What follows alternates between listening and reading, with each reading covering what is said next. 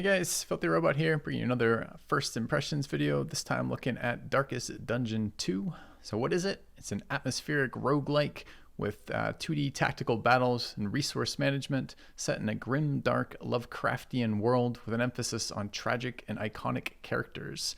It's supposed to be short, difficult, sometimes result in failures, and to offer meaningful roadblocks to player progression and to be replayable. I loved Darkest Dungeon 1. It had its flaws, but it had a great IP and it was a great game. And I've been looking forward to this title throughout its development process. And I've been following it all the way through its development process. I've played this game at many stages of its development across early access and ready to talk about the final game now. My early access rating of this game fluctuated between a B and an A, with the later stages of early access being better than the early stages. What do I like about this game? I like the fantastic atmosphere. I love the Lovecraftian world. I love the dark encounters among your characters and creatures of the world and themes that are being expressed. I love how beautiful this game is. It looks incredible. The art really complements the world building that they're doing with this game.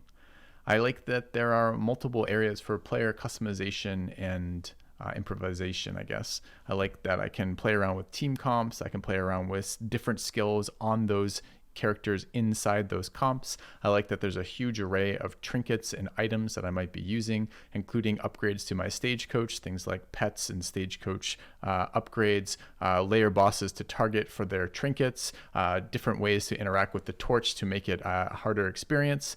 And I like the quirks that the characters end up with. I like the harsh world element of Darkest Dungeon 2. I like that you are not supposed to win every run and that you will lose characters that you have invested time and effort into. I like that you will encounter enemies that feel a little bit unfair. I like that the boss fights are terrifying, that there are really nasty mechanics that you're going to run into. I like the challenge of the game, and I appreciate that they have not pulled away from that.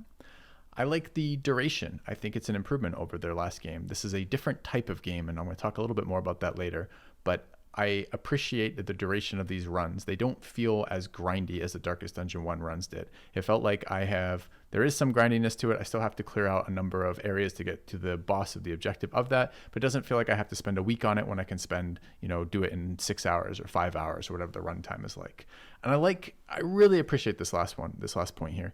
I really like that the devs have had the willingness to try something different. They had a very popular first game. It was a breakout hit. It's hugely iconic. People know about Darkest Dungeon 1 and were impressed with that as a whole, and they could have just gone down the route of trying to make a carbon copy of that, the sequel being the clone of the first. And instead, they've been willing to take the chance of trying something different, of pursuing something that's presumably a passion project for them. And I hear these really weird criticisms of this regularly from my viewers. Things like accusing the devs of selling out or attempting to make a more mobile-friendly game, or having the arrogance, which was a word used in one of my YouTube comments to describe the attempt to do something different, something outside of the box of their previous game.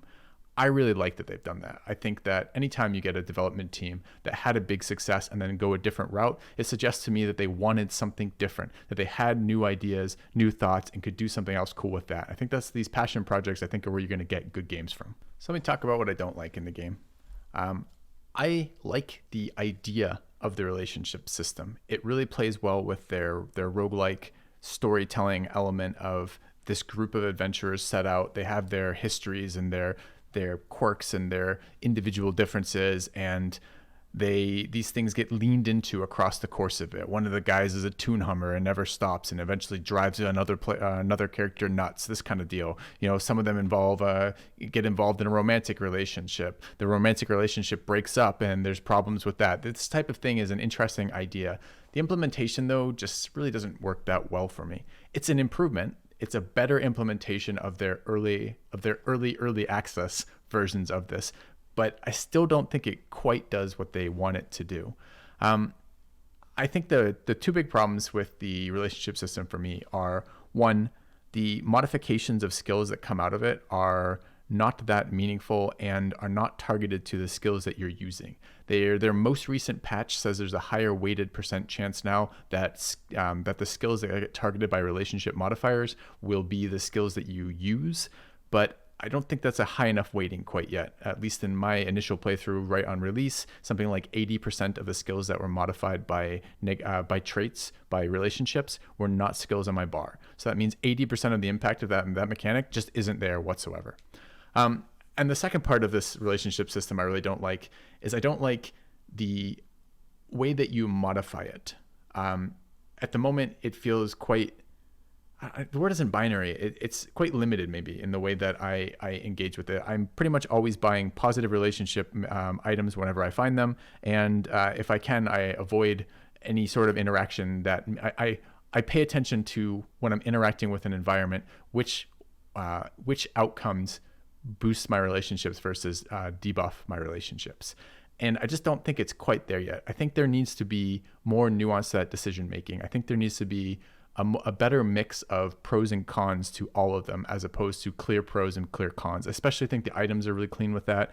Right now, most of the items that build relationships are just relationship building items with some other perks in it. I kind of feel like what we want to see instead is things like trinkets and in items that are powerful positive effects weighed against negative relationship effects. So that what you're going to be balancing is, yes, you would like your relationships, but sometimes you need these other effects and because these other effects are strong, and you have some situation where you have to have them, and you pay a relationship cost for that. And the decision you're making is, how greedy can I be in terms of the fight or the stress or the gold versus how costly is that going to be on my relationships?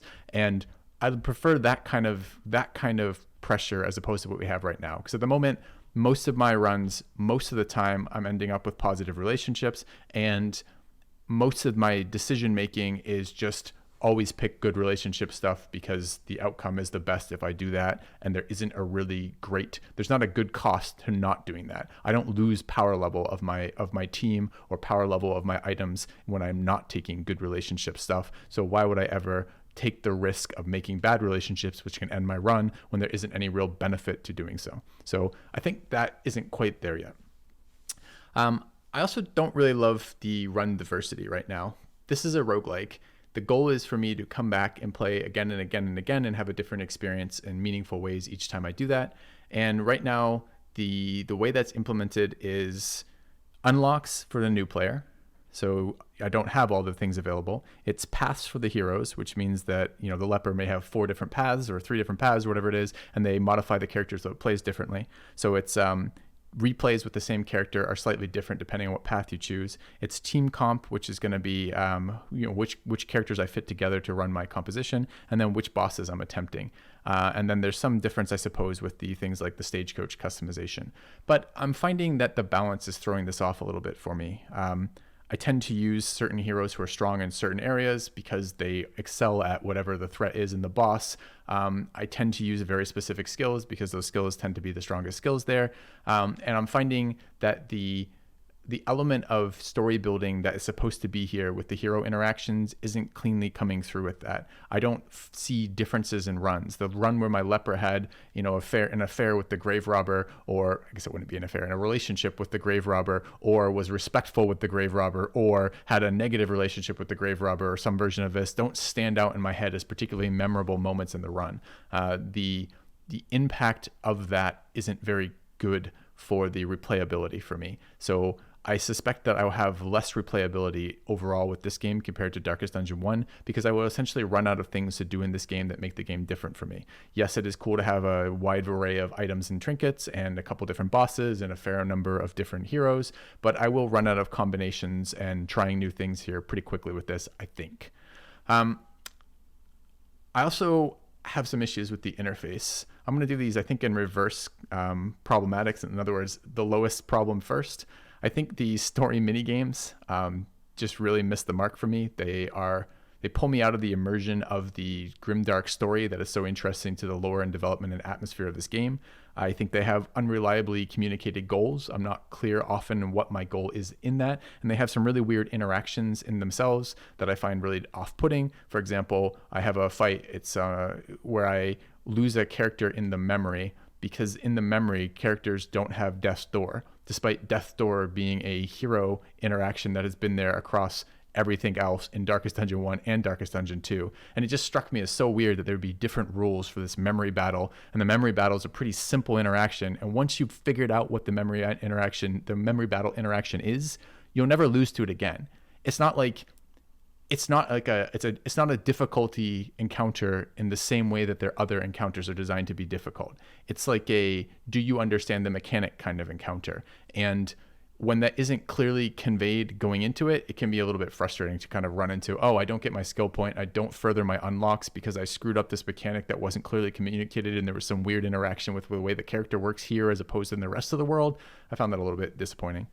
I also don't like the interface particularly. This is the combination of like party, provisioner, stagecoach, etc. I jump around in those so much when I'm building them. They're like set up in like this linear left to right kind of, you're supposed to go to each category, but they're so actually interwoven that I end up having to spend a bunch of time moving across screens to get the information that I really like more centralized for me to take advantage of. You know, the goals, it feels like the UI for the inns doesn't really match the actual mechanics the player is engaging with. So I found those breakdowns not particularly great breakdowns.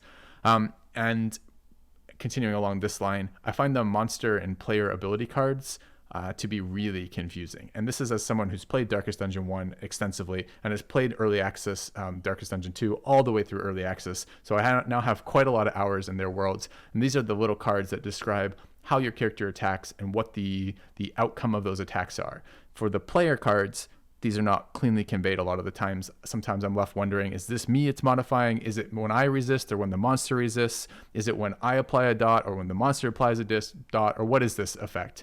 And then the second part of that is for the enemy cards that show their list of abilities. That list of abilities is incomplete, and it has two other layers to it. There are ordained monsters which have buffs, but to see the buffs, you have to hover another thing inside. So the monster card will show you their abilities, then it will show you that they're ordained, and then you're hovering the ordained thing to see what these buffs are, and then you're trying to figure out which of those ordained things apply to which of the skills and which of the behaviors they're doing.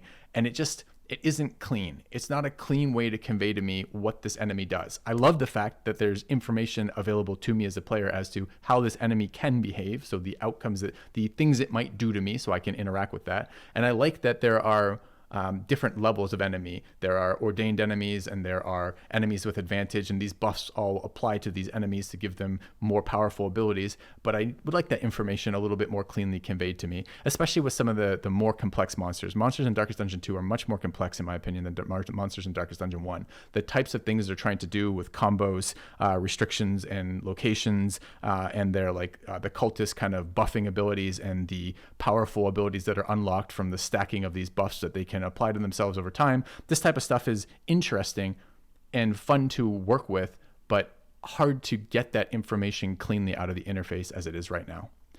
I also, despite liking the harshness of the world, I did find some of it to be a bit binary. My maybe perfect example for me is the Act 3 boss. The Act 3 boss is pretty easy once you understand the mechanic, but going into it blind, I had a couple different theories of what that mechanic would be, and every time that I was wrong on the mechanic, I lost that fight horribly. And the first time I was right on that mechanic, I won that fight with no trouble whatsoever.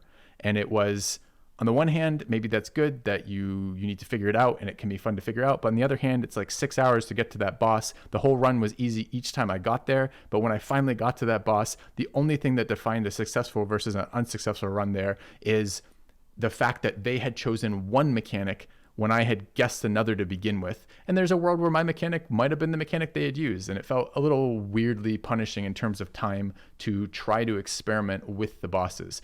You know, in Darkest Dungeon 1, you had the kind of nice elements that your run didn't end if you lost a fight, and that you might fight the boss at level 1, then level 3, and then level 5. So by the time you got to the level 5, the hardest version of that boss, you had already solved that mechanic for yourself inside the game. Maybe with some losses that made your game less good than it could have been otherwise, but it wasn't run ending not to know the mechanic going into it. At the moment, it is definitely run ending not knowing the mechanic of some of the boss fights as you go into it.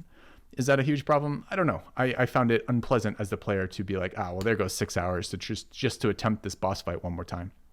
And then my final complaint with Darkest Dungeon 2 is I don't think the character and skill balance, character skills, that is, the character characters and the character skills are super well balanced yet. I think there are some better characters that you're going to be more likely to use because they're just mechanically better.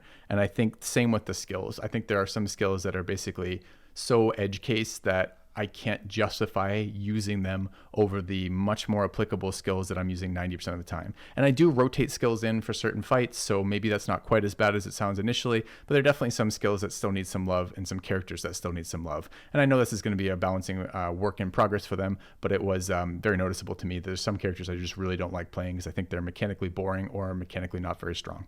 Despite these limitations, I think their game is in a really good state. I give this game an A. I certainly hope they continue to balance their characters and their character skills. I hope they improve the communication element of the UI, and I hope they up the overall difficulty of this game a little bit more. But by and large, I find the game very fun. It's a different game than Darkest Dungeon 1, which is not a criticism in of itself. There's so many people who have come to my channel and expressed this as a criticism to me, but it really isn't. It's a different game, and I like the game that they built. It's not Darkest Dungeon 1, but it's still a good game. So for me, an A.